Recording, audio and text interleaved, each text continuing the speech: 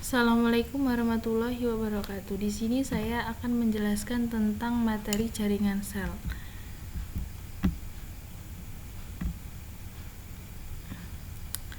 Sel jaringan.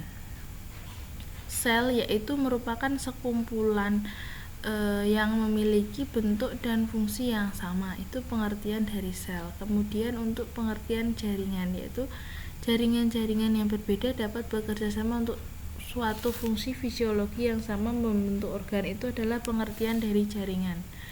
Kemudian untuk sel jaringan pada mamalia terdapat beberapa jaringan sel, yaitu jaringan eptel yang pertama, yang kedua jaringan ikat, yang ketiga jaringan otot, yang keempat jaringan syarat. Nah, untuk lebih detailnya di sini saya akan membahas tentang yang pertama jaringan epitel, yaitu ada bermacam-macam ya. Yang pertama itu epitel gepeng selapis. Gepeng selapis itu seperti ini ya, tipis banget. Nah, itu berfungsi untuk menyaring filterisasi zat-zat yang hendak masuk ke dalam organ sekaligus. Ini.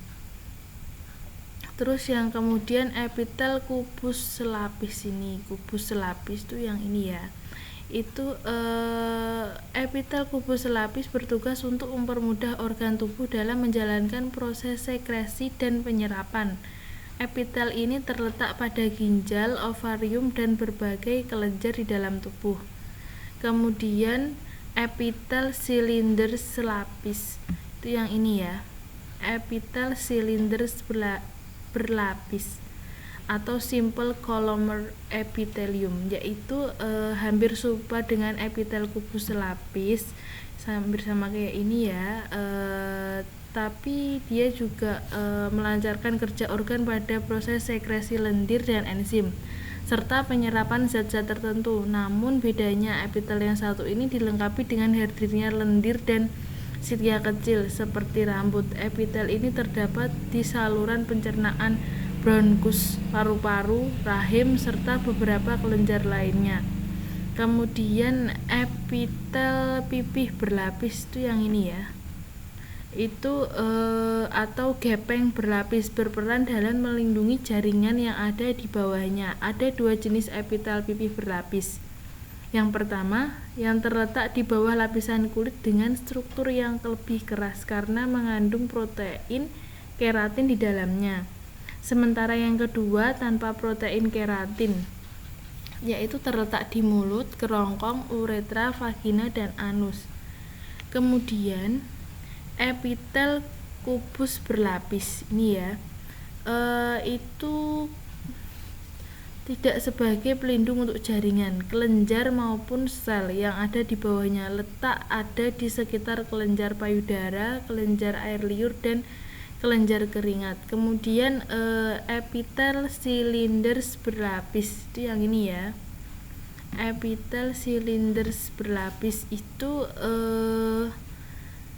bertugas untuk melancarkan proses sekresi dan perlindungan organ. Epitel ini biasanya hanya terdapat pada tubuh pria, terdapat di bagian uretra dan berhubungan dengan kelenjar tertentu. Kemudian epitel transisional, yaitu yang ini ya. Itu digambarkan sebagai jaringan yang terdiri lebih dari satu lapisan sel. Jadi dia banyak ya, dia bertumpuk-tumpuk seperti ini. Itu letaknya pada sistem perkemihan, khususnya kandung kemih yang bertujuan untuk memungkinkan peregangan atau pembesaran pada organ saat menampung urin. Nah, untuk jaringan epitel sendiri penjelasannya itu yaitu merupakan jaringan yang menjadi pembatas organisme dengan lingkungannya. Itu yang pertama ya. Yang kedua, jaringan ini juga menjadi pembatas antara organ di intraorganisme yang sudah dijelaskan tadi ya, fungsi-fungsi dari macam-macam jaringan epitel tadi. Kemudian yang ketiga, karena bersinggungan langsung dengan lingkungan atau jaringannya bersifat meristemik. Kemudian yang keempat yaitu sel jaringan epitel sangat dekat dan rapat serta sangat sedikit zat interselulernya. Selain itu, sel ini tidak memiliki pembuluh darah. Kemudian, transportasi nutrisi dan sampah dilakukan pada bagian yang menghadap ke bawah dalam organisme. Selanjutnya, jenis jaringan epitel. Jenis jaringan epitel terdiri dari dua, yaitu yang pertama jaringan epitel penutup, yaitu jaringan yang sel-selnya tersusun dalam lapisan seperti membran yang menutupi permukaan luar atau melapisi rongga. Kemudian yang kedua yaitu jaringan epitel kelenjar, yaitu jaringan yang dibentuk oleh sel-selnya yang dikhususkan untuk menghasilkan suatu getah sekresi yang komposisinya berbeda dengan darah atau cairan antar sel.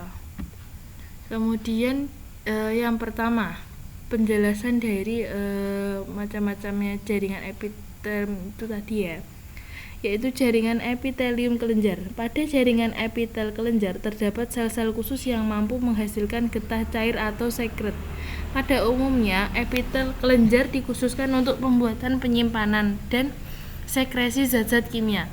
Semua kelenjar secara embriologis berasal dari jaringan epitel. Dua macam kelenjar utama adalah kelenjar eksokrin dan kelenjar endokrin. Selanjutnya, untuk penjelasan kelenjar eksokrin. Kelenjar eksokrin merupakan kelenjar yang mempunyai saluran pengeluaran untuk menyalurkan hasil sekresinya yang dapat berupa enzim, keringat, dan air ludah. Kelenjar eksokrin dapat dibedakan menjadi dua berdasarkan banyaknya sel penyusunan, yaitu uniseluler. Uniseluler tuh seperti ini ya. Jadi ini tuh gambar kelenjar lidah tadi ya. Terus dan multiseluler. Multiseluler tuh seperti ini. Nah, ini multiseluler, yang tadi uniseluler. Kalau multiseluler kan banyak banget ya, adalah macam-macamnya ya, 1, 2 ini. Jadi seperti ini, ada yang seperti ini, ada yang seperti ini. Nah, kelenjar eksokrin multiseluler pada kelenjar subligual termasuk salah satu dari kelenjar air liur juga. Kemudian kelenjar eksokrin uniseluler contohnya sel goblet yang merupakan sel epitel penghasil mukus. Sel goblet terdapat pada lapisan usus halus dan saluran pernapasan. Kelenjar eksokrin dan uniseluler tersusun atas satu sel, sedangkan kelenjar eksokrin multiseluler tersusun atas banyak sel, misalnya kelenjar keringat, kelenjar susu, dan yang lain-lain. Macam dan contoh kelenjar eksokrin dijelaskan dalam tabel ini, ntar ya. Nah, untuk tabel penjelasannya ya, untuk kelenjar eksokrin yang pertama, kelenjar eksokrin kelenjar alveolar sederhana, yaitu simple alveolar, yaitu terletak pada kelenjar mukus dan kelenjar pada kulit katak. Kemudian yang kedua, kelenjar alveolar bercabang sederhana atau simple branch alveolar, itu terletak pada kulit. Yang ketiga, kelenjar tubular sederhana atau simple tubular, yaitu kelenjar liberkulin pada dinding usus. Yang keempat, kelenjar tubular bergelung sederhana, yaitu terletak pada kelenjar keringat pada kulit. Yang kelima, kelenjar tubular bercabang sederhana atau simple branch tubular, yaitu kelenjar fundus pada dinding lambung. Yang keenam, kelenjar tubular majemuk, yaitu kelenjar Brunner pada usus dan kelenjar susu. Yang ketujuh, kelenjar alveolar majemuk, yaitu kelenjar susu. Kemudian yang kedelapan, kelenjar tubulo-alveolar majemuk atau compound tubular alveolar, yaitu terletak pada submaxillaris pada rahang bawah. Nah, ini dia. Ini adalah penjelasan dari itu ya, letak-letak kelenjar, tipe kelenjar. Tipe kelenjar eksokrin multiseluler banyak sekali ya. Yang pertama, simple tubular example intestinal glands, terus simple blades tubular example stomatocratic glands. Kemudian untuk yang lainnya seperti ini ya. Nah, yang kedua, kelenjar endokrin.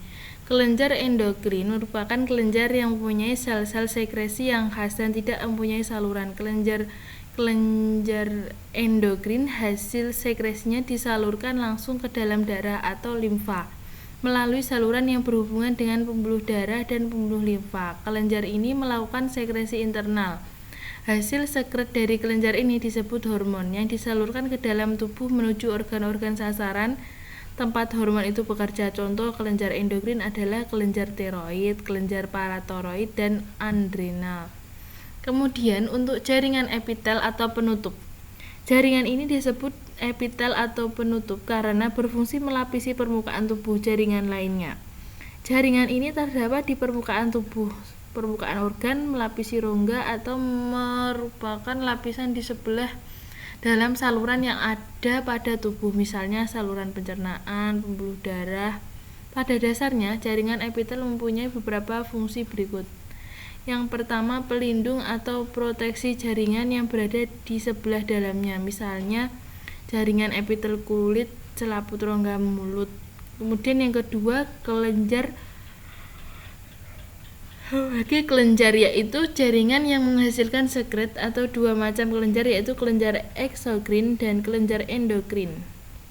Yang ketiga, penerima rangsangan atau reseptor disebut epitel sensori atau neuropitelium atau epitel sensor kebanyakan berada di alat indera. Kemudian yang keempat, yaitu pintu gerbang atau lalu lintas zat, berfungsi melakukan penyerapan zat ke dalam tubuh dan untuk mengeluarkan zat dari dalam tubuh, misalnya pada alveolus paru-paru untuk keluar, maksudnya oksigen dan karbon dioksida, pada genjot usus, atau penyerapan zat makanan pada nefron untuk lewatnya urin. Sekian materi yang dapat saya sampaikan pada sel jaringan ini. Terima kasih untuk mendengarkan materi yang saya sampaikan. Wassalamualaikum warahmatullahi wabarakatuh.